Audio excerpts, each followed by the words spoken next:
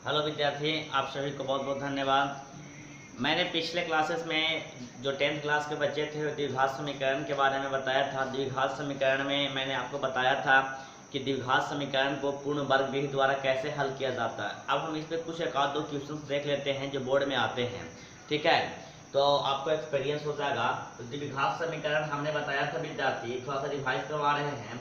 ax plus bx plus c बराबर 0, ऐसा कोई भी इसके रूप में कोई भी क्वाड्रेटिक इक्वेशन होगा और a बराबर 0 नहीं होगा, तो इस प्रकार का जो भी इक्वेशन होगा उसको हम लोग कहते थे द्विघात समीकरण है, क्वाड्रेटिक इक्वेशन है। क्योंकि यहाँ घात कितना था, 2 था, ठीक है ना, इसका घात कितना था, 2 था। तो हमने इसको जब द्विघात से इसको हमने पूर्ण वर्ग विधि से बनाया था, तो हमारा x का 2 वैल्यू आया था -b plus minus under root B square minus 4ac upon 2a।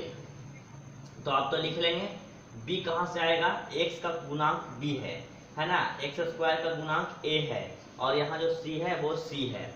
तो हमने आपको बताया था ये 2 वैल्यू था, एक प्लस वाला एक माइनस वाला। तो इस प्रकार से हमारा आता था। तो हम आपको पता था कि इसमें जो बी स्क्वायर माइनस 4ac जो होता था इतना बराबर d हमने लिया था। अब d को क्या कहा गया था, विवेचक, विवेचक या विवेक्तर इसको कहा जाता है या डिस्क्रिमिनेंट कहा जाता है। तो विवेचक का हमारा ये था फार्मूला। तो हम आपको अब बताएंगे आज स्टूडेंट्स कि विवेचक जो होता है, मैंने चर्चा भी किया था थोड़ा कि विवेचक 4ac कभी बराबर, जब इसको कैलकुलेट कीजिएगा तो ये बराबर 0 आ जाएगा, तो हमारे पास हो जाता है d बराबर 0, ठीक है। कभी कभी हम कैलकुलेट करते हैं इसको तो बी स्क्वायर 4ac ये ग्रेटर देन 0 हो जाता है, B square minus 4ac less than 0 हो जाता है। तो जब ऐसा स्थिति आ जाता है और यहाँ हम लोग d ले लेते हैं, ठीक है, तो d ग्रेटर देन 0, क्या d ग्रेटर देन 0। तो यहाँ से हमारा इतना के नाम d था, इसका नाम क्या था, d था। तो हम लोग अगर यहाँ लिखते हैं ध्यान दीजिएगा, तो d बराबर 0 और d ग्रेटर देन 0 और d लेस देन 0, ऐसा कंडीशन जब आता है तो 3 कंडीशंस पैदा होता है। तो हमारे पास जो मूल होता था, ये तो हमारा मूल है ना, फिर से बता रहे हैं ये हमारा मूल है ना। द्विघात समीकरण में मूल क्या होता है, मैंने बताया था कि द्विघात बहुपद का जो शून्यक होता था वही यहाँ पर मूल होता है या इसको रूट्स कहते हैं, ठीक है, जो द्विघात बहुपद के शून्यक होता है। अब हमारा ये 2 मूल है, ये जो हमारा मूल आया तो हम इसे निर्धारित करते हैं जब ये होता है तो कि मूल वास्तविक होता है, समान होता है और असमान होता है। तो यहाँ पर से हम लोग मूल की प्रकृति लिखते हैं, ठीक है, मूल की प्रकृति, मूल की प्राकृति, ठीक है ना, मूल की प्रकृति, जो मूल आया है x का वैल्यू जो आया है उसका प्रकृति क्या है, नेचर क्या है, ठीक है, नेचर ऑफ रूट्स, नेचर्स क्या है उसका, ठीक है, नेचर ऑफ रूट्स। तो पहला हमारा जब ये हो जाएगा इक्वल टू 0 आता है तो फर्स्ट कंडीशन में हमारा होता है कि मूल वास्तविक और समान होता है, मूल्य वास्तविक और समान होता है, मूल वास्तविक और समान होता है। और जब हमारा कंडीशन आ जाता है ग्रेटर देन 0 तो मूल हमारा वास्तविक और असमान होगा, असमान, अनइक्वल, ठीक है, और यहाँ ऊपर वाला में क्या है, इक्वल। और जब लेस देन 0 होता है विद्यार्थी तो मूल हमारा वास्तविक नहीं होता है, मूल्य वास्तविक नहीं होता है, ठीक है। तो ये हमको लोग को 3 पॉइंट याद रखना है कि मूल वास्तविक और समान कब होता है, जब बी स्क्वायर माइनस 4ac बराबर 0 होता है, d इक्वल टू 0। मूल वास्तविक और असमान कब होता है, जब B square minus 4ac greater than 0 या d ग्रेटर देन 0, और d मूल वास्तविक नहीं होता है कब, B square minus 4ac less than 0। तो आप लोग लेस देन इसको मतलब समझते हैं कि जो इसका मान आएगा वो 0 के बराबर होगा और इसका जो मान आएगा वो 0 से बड़ा होगा और इसका जो मान आएगा वो 0 से छोटा होगा। 0 से छोटा क्या होता है, -1 -2 -3 -4 -1/2, जो भी होगा वो 0 से छोटा होगा तब। तो ये मूल था, ठीक है ना। इस मूल को हमने इस सूत्र को, ये जो सूत्र था, इस सूत्र को एक और नाम भी दिए थे, इसका नाम था क्वाड्रेटिक फार्मूला या द्विघात सूत्र, ठीक है, द्विघात सूत्र, या इसको श्रीधराचार्य का भी नियम कहा जाता है, इसे श्रीधराचार्य का भी नियम कहा जाता है। ये आप नोट कर लिए होंगे। अब मैं क्वेश्चंस लेकर चलता हूँ कि क्वेश्चंस हमारे पास कैसे कैसे आते हैं।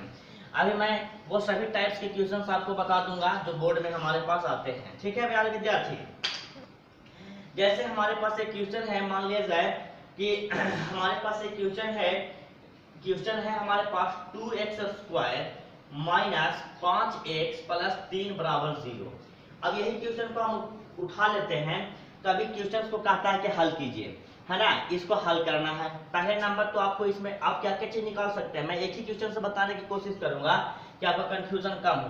तो हम लोग तो यहाँ पर मूल ज्ञात कर सकते हैं, ठीक है, मूल की प्रकृति बता सकते हैं, ठीक है, कि मूल वास्तविक है कि वास्तविक नहीं है, समान है कि ना समान है, ठीक है। फिर हम लोग विवेचक निकाल सकते हैं, ठीक है। और क्या कर सकते हैं, मूल ज्ञात कर सकते हैं, विवेचक ज्ञात कर सकते हैं, मूल की प्रकृति ज्ञात कर सकते हैं।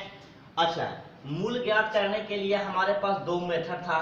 पहला मेथड हम आप लोग को बताए थे गुणनखंड विधि, है ना, जो हम लोग बहुत पहले 9th-10th में भी किसी भी फैक्टर का गुणनखंड करना जानते हैं, गुणनखंड विधि। और बीच वाले पद को हम लोग तोड़ते थे, है ना, माध्य पद को तोड़ते थे, तो गुणनखंड विधि था। और एक हमारे पास यहाँ पे आया था, वो था क्या था, पूर्ण वर्ग विधि।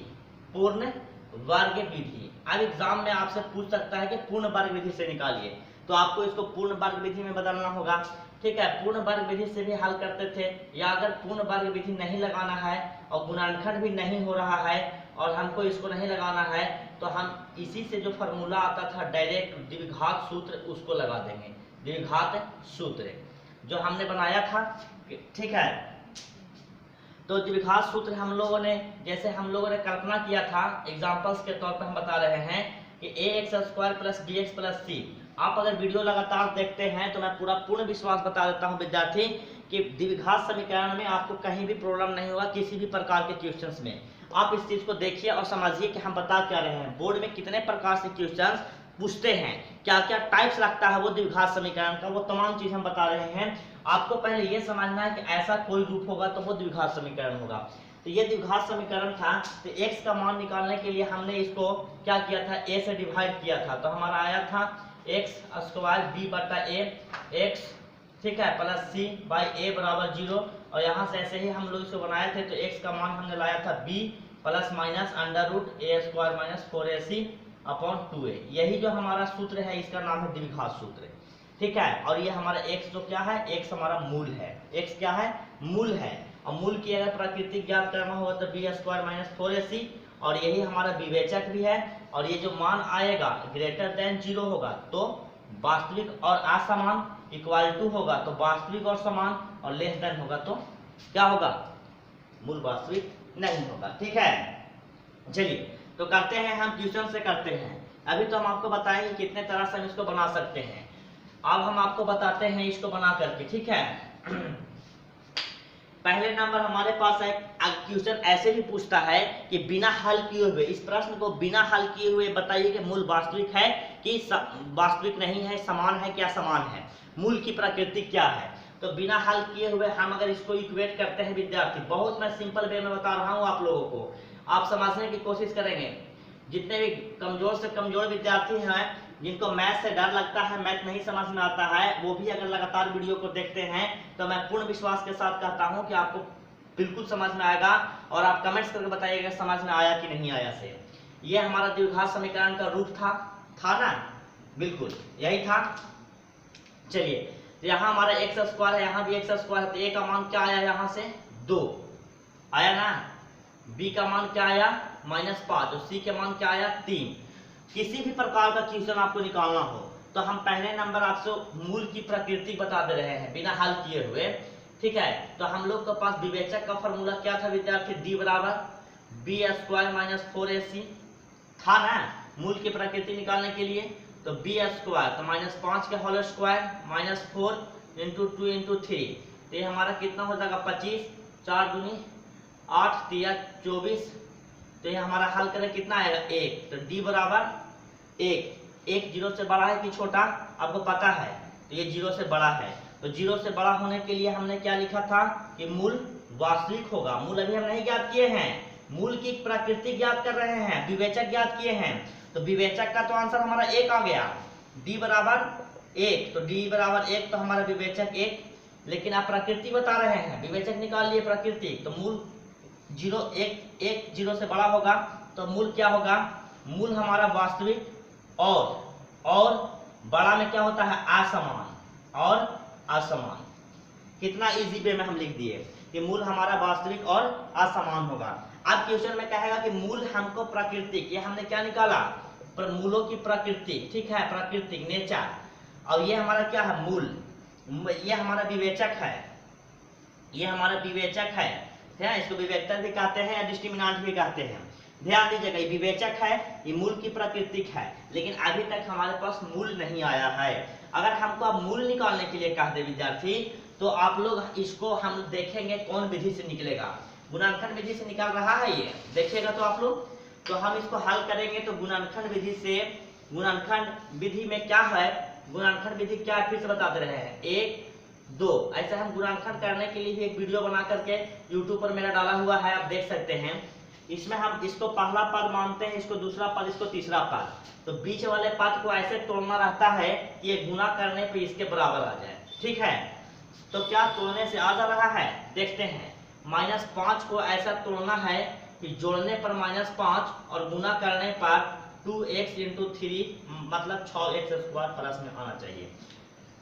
तो इसको अगर हम -6 और +6 में तोड़ते हैं तो -5 तो आ जाएगा, ठीक है, -6 में से घटाएंगे तो, लेकिन जब हम इन दोनों को मल्टीप्लाई करेंगे हमारे विद्यार्थी, तो ये -x² होगा, और आना क्या चाहिए था, प्लस, तो ये टूट नहीं रहा है। तो जब टूट नहीं रहा है, जब आपसे कभी कभी टूटने नहीं लगे कोई भी समीकरण, तो आप इसको पूर्ण वर्ग विधि से बना सकते हैं, ठीक है। कौन सा विधि से बना सकते हैं, पूर्ण वर्ग विधि से या द्विघात। तो हम कैसे हल करेंगे सर, तो इसके लिए हम लोग इसको लिखेंगे यहाँ 2x² - 5x + 3 = 0, ठीक है। 2 से भागा दे दीजिए, इसमें यहाँ 2 है ना, इसको 2 से भागा दीजिए, तो हमारा समीकरण क्या आ गया, x², 2 से 2 कट गया, -5/2x + 3/2 = 0, ठीक है। इसको कन्वर्ट करने के लिए सोचिए हम लोग किस में, इसको कन्वर्ट करने के लिए सोचिए, यहाँ माइनस है ना, तो हमारा हो जाएगा x² - 2ab, तो a तो x है, तो x यहाँ ये है, तो b हमको चाहिए, और फिर b² चाहिए, ठीक है। तो b² हमको एगो एक्स्ट्रा चाहिए, तो b² घटा लेंगे फिर, तो हमारा समीकरण यहाँ से कितना बन जाएगा, ये हमारा बन जाएगा x - b²। तो हमको यही बनाना है, कोशिश करते हैं बनाने के लिए, देखते हैं कैसे बनता है। x² - 2, 5/2, अब 2 से गुना किए, 2 से गुना किए तो 2 से भागा भी हम कर दे रहे हैं, तो 2ab हो गया, अब प्लस में 3/2, अच्छा ठीक है। प्लस में हमको क्या चाहिए, प्लस में हमको चाहिए b², तो हो जाएगा 25/16, एक्स्ट्रा में हमको आ गया ये, तो हमको 25/16 घटा लेंगे, 25/16 घटा लेंगे, देखते हैं बना करके, हमारा आंसर आना चाहिए जो हमको उस विधि से आया वो भी। तो इस तरह से हमारा हो गया, तो हम इसको लिख सकते हैं, आप भी गौर करिएगा कहीं पर मिस्टेक ना हो जाए, है ना। तो 2 × 5/4x प्लस 25/16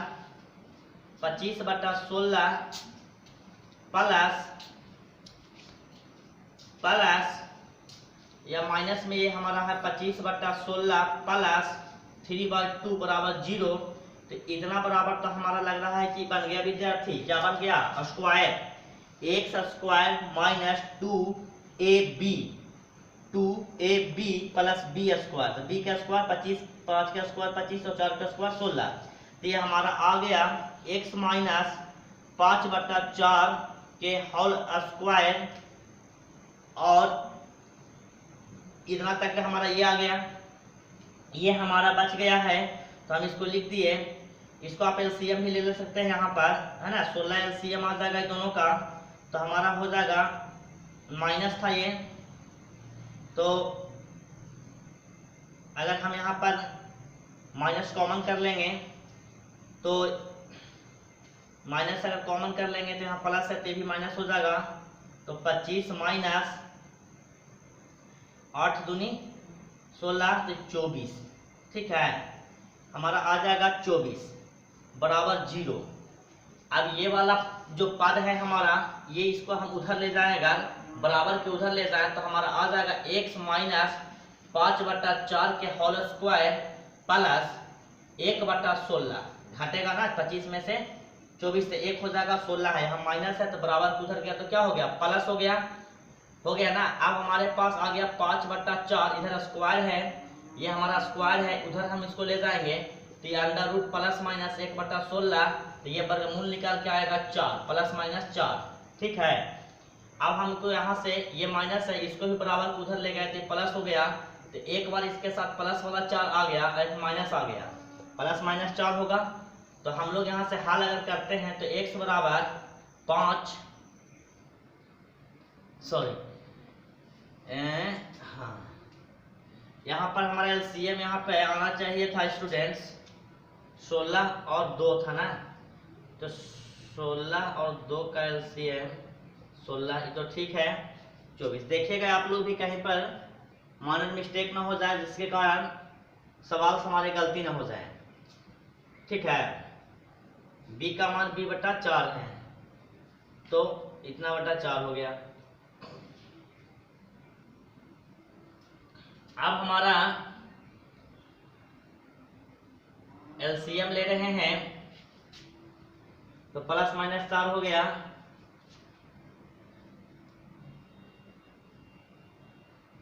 25/16 है, तो 3 है, तो 8 3 की 24, ये तो ठीक है बिल्कुल, है ना। यहाँ पर हमारा आ जाएगा 4 प्लस 1 तो 6/4, और 1 हो जाएगा हमारा 5 माइनस 1/4, तो हमारा हो जाएगा 6/4/4, 4/4 है, काट के 1 हो गया, तो हमारा मूल 2 आया, मूल आया हमारा 3/2 और 1।